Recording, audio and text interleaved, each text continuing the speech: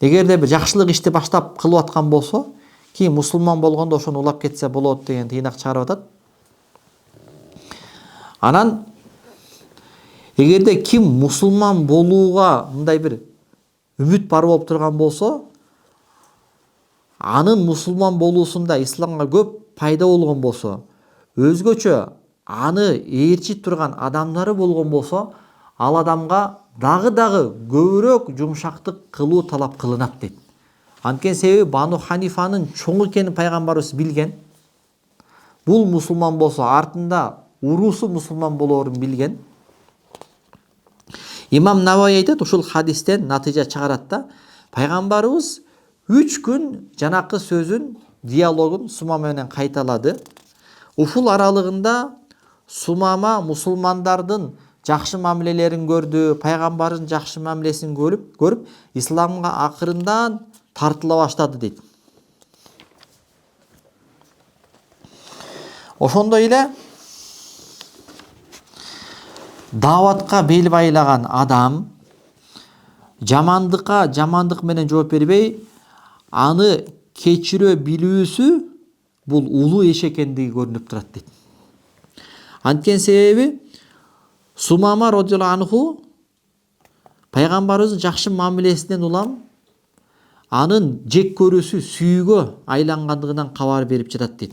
Анткени пайгамбарыбыз аны кечирди, сахабалардын канын төккөн эле. Кечирмек түгүл, ага кайра жакшылык кылып, акчасыз аны бошотуп койду. Ушунчалык Сумаманын жан дүйнөсүнө таасир берди. Пайгамбарыбызга атам энем сизге курбан болсун, я Расулалла деп анын көзү менен тең айланган бир үммөтүнө айланды. Исламында бекем болду, динге кызмат кылды. Демек, ушул хадис даават кылууда жумшактык канчалык маанилүү экендигин бизге көргөзүп жатат. Ошондой эле пайгамбарыбыз мечитке байлап койду, мусулмандардын жакшы кулк мүнөзүн көрсүн деп. Демек, мусулмандардын жакшы кулк мүнөзүн көрүп, капырлар аябай таасирленет экен да. Мухаммад Саид Рамазан Бутай айтат, бул китеп Хакказа фалнар илал ислам деген китебинде. Өзү бүгүнкү күндө биздин абалыбызды көрүп, европалыктар мусулман болбош керек эле дейт да. Анткени биздин мамилебиз андай болбой атат дейт. Мисалы, Японияга барып келгендер масштабдуу түрдө япониялыктарды мактап атпайбы? Мисалы, эң жөнөкөй эле машинаны парковка кылганда Талант байкебиз Японияга барып келди, айтып атат. Ушул биринчи келген адам төргө апарып туруп машинасын коет экен, элестет. Болсо биринчи келди да, эң жакын жерге, эң ылайык жерге койбойбу? Жок, кийинки кечигип келгендер кыжаалат болбой жумушка жетишсин, мен шашпай келдим го, мен шашпай элемин го деп. Экинчиден, парковка кылып атканда 10 жолу артка айдап, 10 жолу алдыга айдаса дагы, бирөөнүн жолун тоспой, дагы бир машина бата тургандай кылып, ойлонуп парковка кылат экен дейт. Кошунам бар, Японияда иштейт. Өзү да япон болуп калды өзү. Ал айтат, катуу сүйлөгөн уят иштейт. Эч ким катуу сүйлөбөйт дейт. Мындай жалпы айтып атышат го, баягы мындай чочко жеген эле болбосо, мындай мамиледе мусулманчылык, мындай мусулман болсо, укмуш мусулман болчу да экен депчи. Анан Мухаммад Саид Рамазан Бутай айтат да, европалыктар аябай жапырт мусулман болуп атат дейт да. Алар биздин көркөм адеп ахлагыбызды көрүп мусулман болбой эле дейт. Биринчиси дейт, бактысына дейт, жакшы мусулман туш келип калган дейт. Бир жерде иштейт, коллегасы мусулман. Же болсо студент, досу студент мусулман. Жакшы бир мусулманга туш келип калып бактысына, ошондо мусулман болгон дейт. Же болбосо изилденген адам дейт да. Изилденип, китептерди окуп, антип логикасы күчтүү, ошолор мусулман болуп атат дейт да. Болбосо, эгерде Япония сыяктуу бир мамлекеттин эли мусулманчылыкта кулк мүнөзү жогорку деңгээлде болсо, анда Кур'ан-ы Каримде айткандай афважа топ менен, жамаат менен мусулман болуп кетет экен да капырлар. Ошондуктан бул жерде пайгамбарыбыз сахабалардын кулк мүнөзү ажайып да, асмандагы жылдыз деп атпайбы, радhiyallahu анху ва раду анх. Алардан Аллах разы болду, алар Аллахка разы болду деп атпайбы? Ошондо пайгамбарыбыз ушул Сумама сахабалардын адеп ахлагын көрсүн деп туруп мечитке байлап койгон дейт да. 3 күн бою сахаба мусулмандардын жашоосун көрүп эле ал уже таптаяр болуп калды да, мусулман болду. Ошондой эле ушул жерде дагы бир нерсе, адамдарды өз ордуларына кое билүү дейт. Кайсыл адамды мусулман болуусу үмүт кылынса, андал адамга дагы көбүрөөк жумшактык жана көбүрөөк сабырдуулук кылуу талап кылынат. Мисалы, жөнөкөй бир уруунун башчысы менен ошол уурудагы жөнөкөй бир адамдын айырмасы бар да. Туурабы? Ошондуктан бул адам ошол уруунун башчысы болгондуктан анын макамын билип, дагы көбүрөөк пайгамбарыбыз жакшы мамиле эми эле пайгамбарыбыз анткорлонуп, бул бай экен, бул мындай экен деп анткен эмес го, конечно. Бирок бизге сабак болуп атат. Дагы пайдасы көбүрөөкпү бул мусулман болуусунан? Андай дагы талап кылынат жакшы мамиле кылыш. Ошондой эле дагы бир пайгамбардын жашоосунан бизге сабак. Муавия ибн Хакам Сулами деген сахаба айтат. Бул эми кичине күлкүлүү, бирок сонун экен. Айтат, эми бул деле жаңыдан динди үйрөнүп келаткан мезгилин айтып атса керек да, бул сахаба делечи. Сахабалар деле акырындан тамтың басып баштаган да, сразу эле сахаба болуп калган эмес да, мага ошол. Айтат, байнама нусаллима расулилла саллаллаху алейхи вассалам атоса рожулун минал ком дейт. Биз пайгамбарыбыз менен намаз окуп атканбыз дейт. Анан арабыздан бирөө түшкүрдү дейт. Түшкүргөндө мен ярхамукалла деп айттым дейт. Намаздан мынтикен болбойт да. Фароманил кавм би абсорихим десем, баардын көздөр менин монтип карап калды дейт. Десе, бул сахаба карабайсызбы? Кайра. Васуқла уммиях. Энең өлгөр дептир да, баягы мынтыкында тамашалап бизде оштук туугандарыбыз мынтип калат го, энеңден бир деп калат го. Баткендик туугандар ушинтип калат да. Энеңден бир. Машаныкум тазыр энең дурайын эмне эле карап атасың дептир да, күрүп айткандачы. Машаныкум силерге эмне болду? Тазыр эле мен эмне карайсың? Эмне болду анчалык? Энең өлгөр эмне карайсың дептир да. Элестет, намазда турат да. Ярхамукалла деди, бар деп карап калды, эмне карайсың аны? Фажан сайын жалидрибуна биайдихим ала афхазихим. Алар сандары менен, колдору менен сандарын кайра чабатты дейт. Силерчи, колдору менен сандарын чабатты дейт. Яни фаламма раайтугум юсаммитунани. Эми алар мени аны менен унчукпа, сүйлөбө деп атканын туйдум дейт. Лакинни сакаттым, бирок мен теге эле унчукпай калган болчумун дейт. Ана намаз окуп бүткөндөн кийин дейт, караңыз. Фаби аби хуа ва умми, атам энем ал үчүн курбан болуп кетсин. Пайгамбарды айтып атат. Пайгамбар намаз окуп бүткөндөн кийин атам энем ал үчүн курбан болуп кетсин. Маруайту муаллиман каблаху ва ла ба'даху ахсана та'лима минху. Мен буга чейин дагы, мындан кийин дагы пайгамбарыбыздан дагы талим берүүдө, үйрөтүүдө андан көркөм мугалимди көргөн жокмун дейт. Валлахи, Аллахка касам, ма кахарони, пайгамбар мени урушкан жок. Вала дорамани, мени урган жок. Вала шатамани, мени сөккөн да жок дейт. Пайгамбар акырын келип сылык сыпайы, инна хади салата ла яслуху фиха шей мин каламин нас. Эй баланча, бул намазда сүйлөгөнгө болбойт адамдардын сөзүн. Инна махуат тасбих, бул намазда Аллахты арулайт. Такбир, Алла Тааланы улуулайт. Ва кираатул Куран, Куран окуйт деп койгон экен. Имам Наваи айтат, ушул хадистен алып.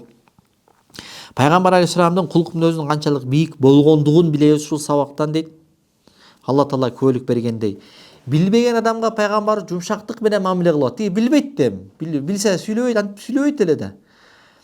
Анан үммөтүнө болгон пайгамбарыбыздын мээримдүүлүгүн, үммөткө болгон пайгамбардын ырайымдуулугун, пайгамбарыбыздын кулк мүнөзү менен биз дагы мүнөздөнүшүбүз керек. Билбеген адамга болгон мамиледе жана таалим үйрөтүүдө бирөөгө бир нерсени эскертип берүүдө көркөм үйрөтүш керек.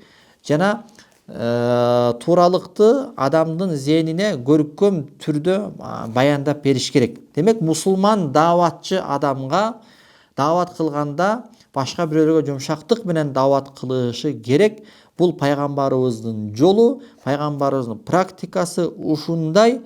Муавия ибн Хакамдын жашоосуна канчалык таасир берди, атам энем ал үчүн курбан болсун деп өмүр бою ошону эскере турган болуп калды дейт.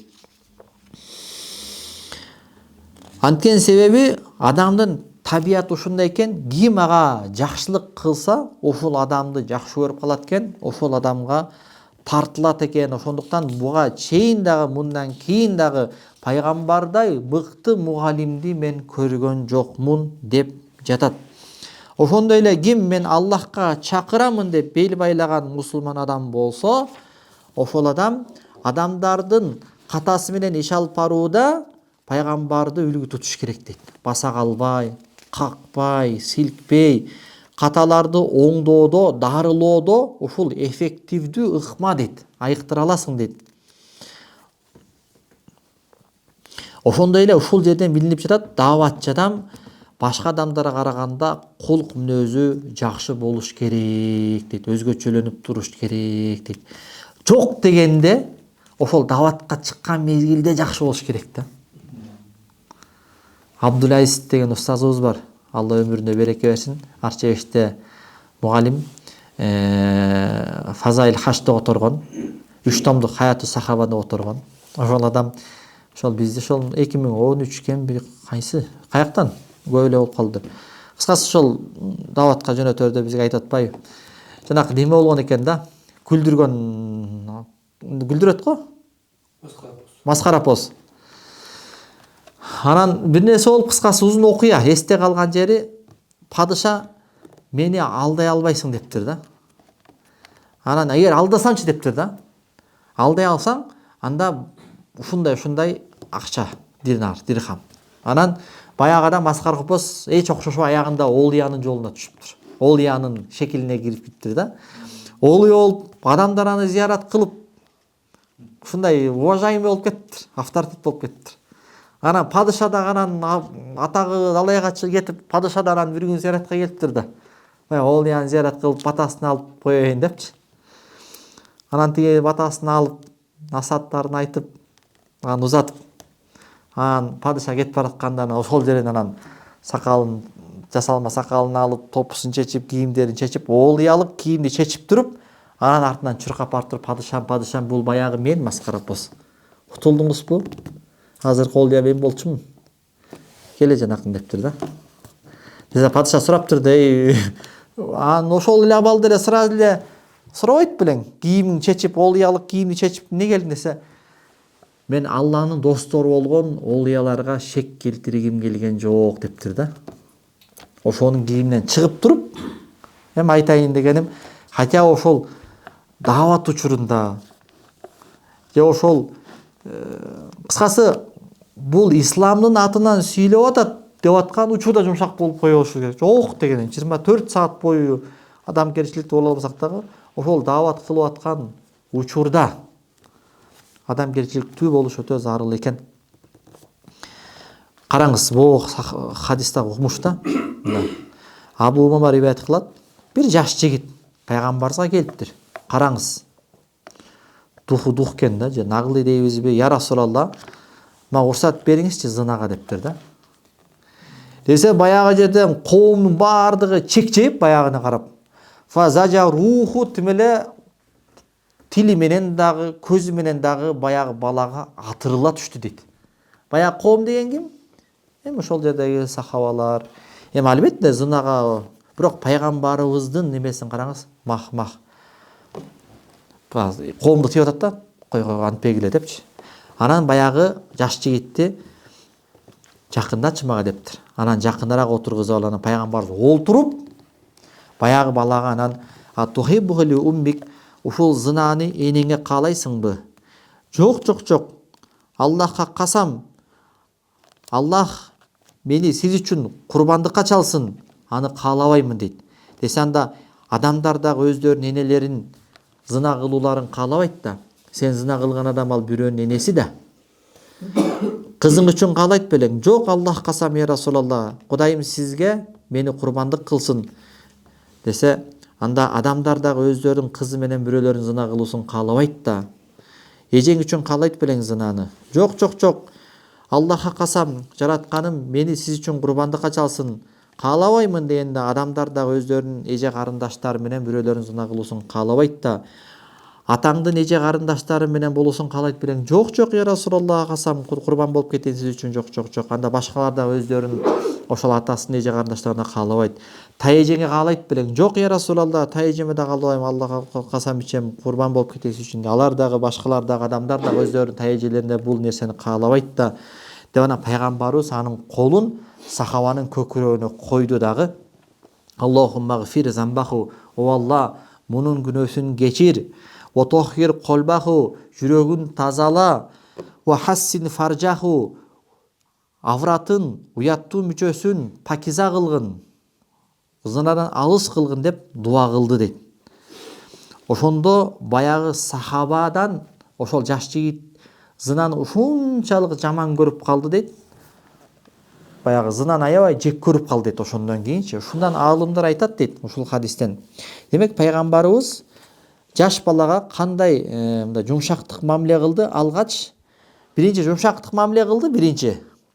Экинчиси акылын канаттандырды, жан дүйнөсүн канаттандырды, зынанын кандай ыплас экендигин айтып, адамдын кулук мүнөзүнө жана коомчулукка кандай натыйжа алып келерин айтып, акылын канаттандырды, жан дүйнөсүн канаттандырды.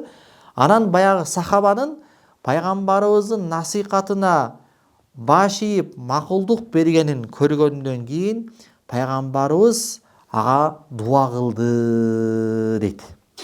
Ошентип баягы жигитке зынадан өткөн жаман нерсе жок болуп калды дейт. Демек ушул жерде даават кылуучу адам сабырдуулукка муктаж экен, жумшактыкка муктаж экен жана даават кылуучу адамдын акылын канаттандырууда жакшыраак ыкманы колдонгонго аракет кылуусу керек экен. Жаратканын баардыгыбызга өзүнүн динине кызмат кылууга тоофик берсин. Субханакаллаху ва бихамдик, ашхаду ан ла илаха илля анта, астагфирука ва атубу илейк. Канчада